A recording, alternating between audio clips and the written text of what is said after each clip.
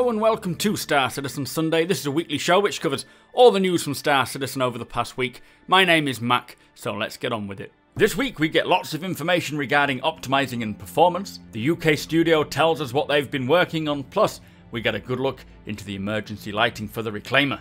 So on this week's Calling All Devs, the first question is, what is the status of buying ship weapons with Alpha United Earth credits? And they said they actually tried to get this into 3.0. They really pushed for it but couldn't do it.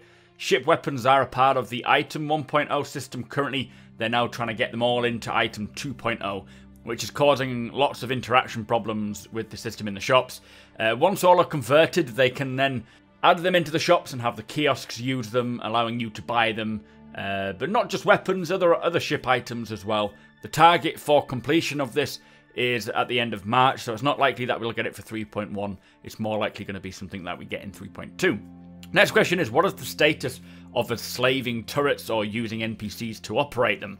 Now, they say they can't say exactly. Obviously, they need to get manned turrets, the current status of manned turrets gameplay into a good place before they can really look into slaving turrets and automate and AI-controlled ones.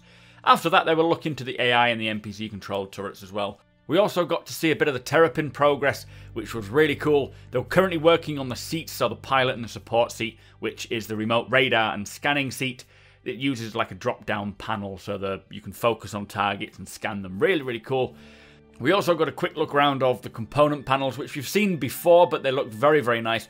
He did say that they're going to start thinning down the doors a little bit. They're not going to be interactive when the ships are released, but it is the groundwork for allowing us to take them in and out. Currently the power plant, which is glowing beyond belief, is going to be dumbed down again. But I did like the fact that the inner thought is now getting a little more uniform. It's not so obtrusive and all over the place. It's more in line with what you're looking at, which is good. So next question is to do with the ship matrix. Someone noticed that the Freelancer Der lost about 62% of cargo space. Why is this? Is this due to maybe having a new vehicle in the back of the Freelancer? And he says, no, there's no Freelancer Der vehicle, complementary vehicle or anything. All the numbers were based on the rework model. They're not using the scaled value of the new reworked Lancer. So when they do build out the other Lancer variants, they will have the improved cargo numbers. So just don't pay attention to them for the moment. So next question is, will there be an underground tunnels, cities, caves? Very good question, and obviously I'd really like that. They said they can't say yes or no right now. They're just getting the standard biomes more set up. They do have a lot of content to add to these biomes before they start working on caves, but as most things, if the time and the resources allow it, then of course they will likely look into creating caves and so forth. They also mentioned that they're doing massive improvements on the skin shaders for characters, pushing the characters even further. The second to last question is the mobile app status and the features for 2018. When are we getting the mobile app? And it's not set for 2018 at all. They will be improving the mobile experience for Spectrum, but the mobile app won't be coming till next year or the year after, who knows.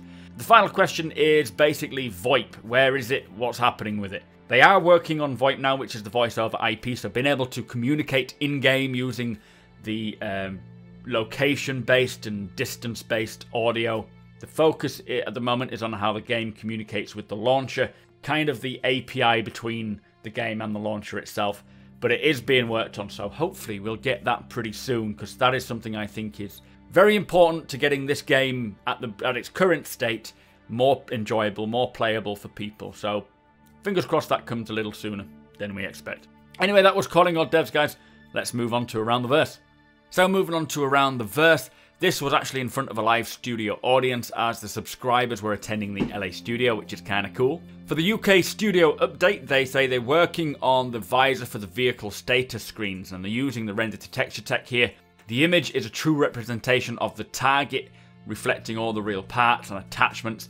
And the same goes for the communication app. The render is of the character in the actual situation that they're in, which is very, very cool.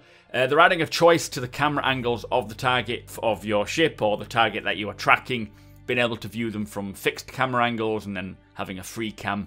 They've added the ability to add additional auxiliary displays as well, so your visor or your 3D radar, for example. So if you add a helmet visor, plug that into your ship, and then you can have additional screens on your visor, which just I think it gives a bit more variation, and it's a very nice in-system way to have this UI on the screen. Now, the procedural planet team has improved the planet tech, also the ground to orbit, which will be much smoother.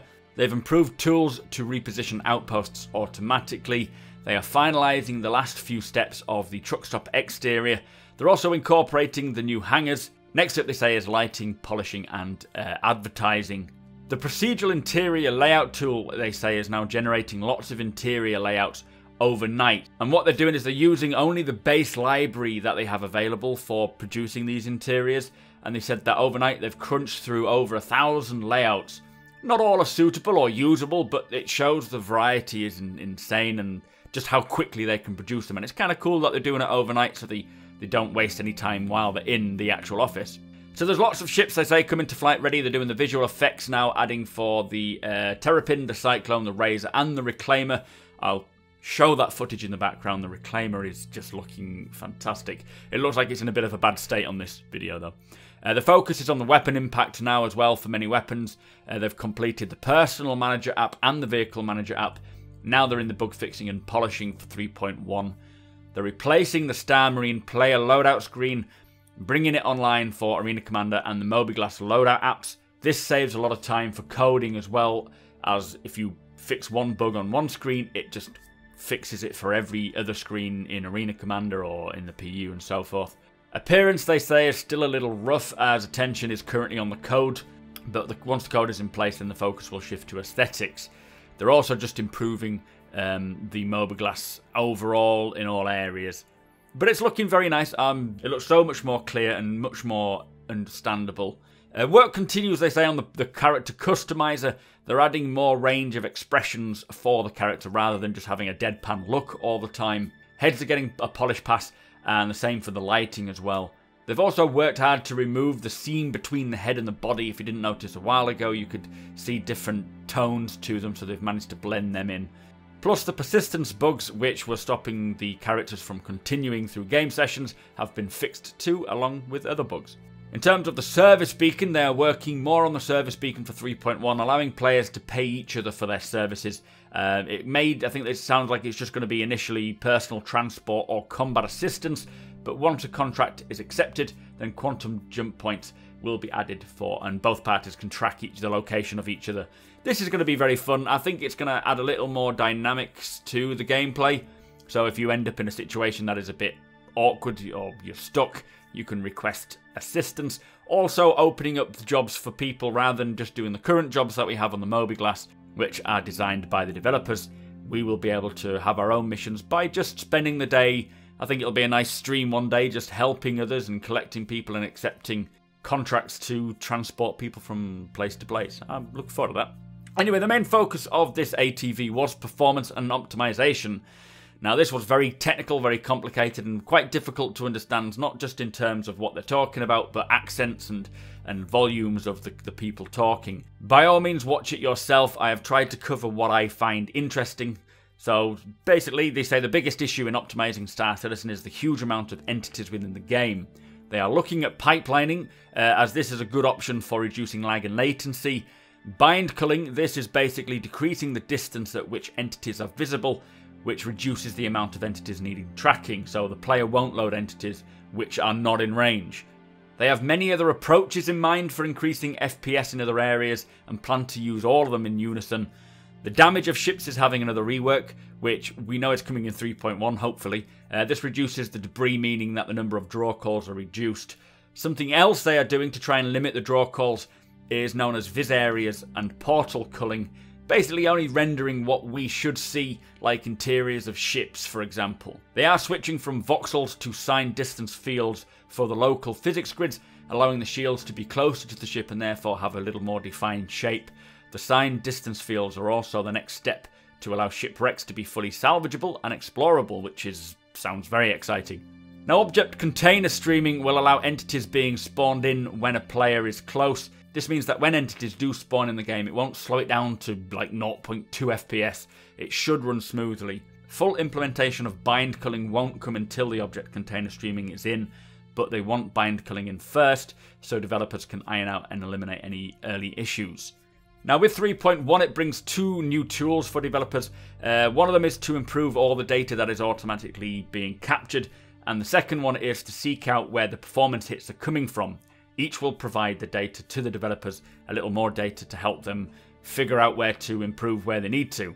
These new tools should also help regain good performance after the new features are implemented, instead of the game becoming unplayable for days or weeks even. Anyway, they did finish off by saying that with having a live build, the level of complexity involved is very high, as they are trying to make builds playable, but also developing and continuing to develop the game. So I stand by them. It is a difficult job, and I'm glad that we've got some genius people working on this game. They are making good progress. Anyway, that was ATV. We'll look more into this on RTV and get the Q&A from the community. Let me know your thoughts, guys. Let's move on. So the Reverse the First this week was looking further into performance and optimizing. First question is the short-term work needed for the game to be playable now holding up the progress of the long-term solutions?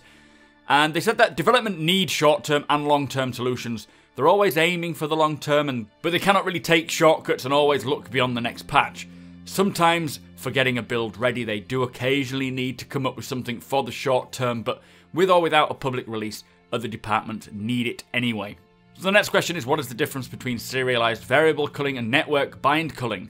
And they say that bind culling is for entities further away from you, not present on the client at all. Serialized variable culling is where they just stop sending the updates for the entities. Next question is, how long have these optimization ideas been in progress? And pretty much for about 3 years now. When one of the guys started, he said they've been talking about network optimization. So it's been a long process of working it out, coming up with it, and they've just been steadily working on it ever since. To clear up something, they did say that not all frame rate issues are netcode issues. It's not the network specifically, it's everything as a whole coming together rather than just one thing here and there. So next question is, what network enhancements are needed to get two systems connected via jump points? So this is beyond 3.4, which is the last patch we'll get this year, sometime in December. Server migration is needed. Systems will work as separate instances, so servers won't communicate at all. They are thinking they will need to use the server migration tech to help provide seamless transitions between systems, but potentially they say a ship will get put into its own server bubble and break from the mesh in one system and then connect to the other system. They say it's very tricky and need to build the server migration tech first, but they are thinking about it now. Next question is, what upcoming optimizations are you looking forward to? And one of them they said is object container streaming. This is for about 3.3. It will make load times much better, plus optimize the frame rates. It only loads in the immediate area rather than the whole server. This will benefit the devs as well when they come to load the game quickly for testing and bug fixing. But object containers are kind of just a level in its simplest form, and in that level a list of objects are needed to be spawned on the client when the player logs in. Currently we just load everything that's in the persistent universe in one go. Object container streaming will only load the items visible in the vicinity, nothing more, meaning that load times and frame rates should increase beautifully. Next question is, are massive fleet battles still feasible? And they say yes. 3.0, the servers run currently at 16 cores, meaning there's 16 threads. Amazon servers have up to 72 cores, which means that there's a lot more scope to run things in parallel, and they can just scale up the numbers very easily. They're always trying to push and raise the bar. Plans are in place, but they've just got to continue implementing them. Moving on, will server meshing be used to create a single server shard, or is the ping an unbreakable barrier? And they say ping is definitely unbreakable. They are planning to attempt a single shard, but the ping is going to be the biggest obstacle. Currently, the Australia to USA ping is about 200 milliseconds, so it's not too bad. They could find a server in the middle and use that, could layer the servers so that everyone connects to the regional server, and then those servers connect to one geographically centered to the others. They did say it will be challenging, and it does sound like it, but they need to build the tech first to then help find solutions. So next question is bind culling problematic for implementing optical magnification equipment like telescope arrays for the Karak? Very good question, and they say yes. Unfortunately, it's going to present a bit of a problem. They didn't really push any further on that, and I don't know what they've got planned. Next question is, will performance and optimization help with older PCs so you won't have to keep spending money to keep your PCs up to date? And they say yes, all optimizing will help all PCs in all areas. It won't be the same for each, but it'll definitely help if you've got an older PC. Some players are getting massive CPU spikes. What will help with this? Now, they said that they need to find out exactly why those spikes are occurring. They've got a lot of tools to track the issues and gather the data and telemetry. So once they start gathering all this data, because they have just recently been put in, I think, or maybe 3.1, then they will start seeing where these issues are occurring, and then they can start an action plan on how to address them. So next question, have you started optimizing Squadron 42? And they say it shares the code between the PU and Squadron 42. So most of the optimizing they're doing for the PU will benefit Squadron 42, but there are a lot of specific Squadron 42 optimizing as well that won't affect the PU and vice versa. So final question, what are the current blockers for spawning capital ships? Now they say basically there's no landing pads big enough for the big ships. They need docking collars to be added. They've had the Idris in-game already. We've seen the gameplay with the Idris, that is in the game. So the tech is there, it just needs improving. Network-wise, they're okay, there are no big blockers. But object container streaming will really help. But as they say, there's no actual blockers. It's more just they need to get these things in place first. Anyway, that would reverse the verse, guys. Very nice that they addressed all this stuff. Unfortunately, a lot of it is kind of technical and goes over my head. But I think I understood most of it. So, thumbs up there. Anyway, let's move on. So also this week, lawmakers brought us the Kaifa system. Plus, the March subscriber flare is the UAE Marine Corps figurine.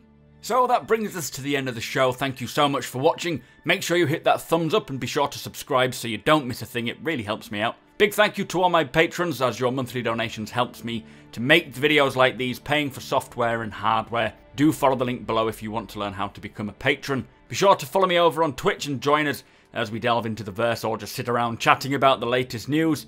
Follow me on Twitter to keep up to date with what I'm up to, and Instagram for the hell of it. My name is Mac, thank you so much for watching, and I shall see you next time.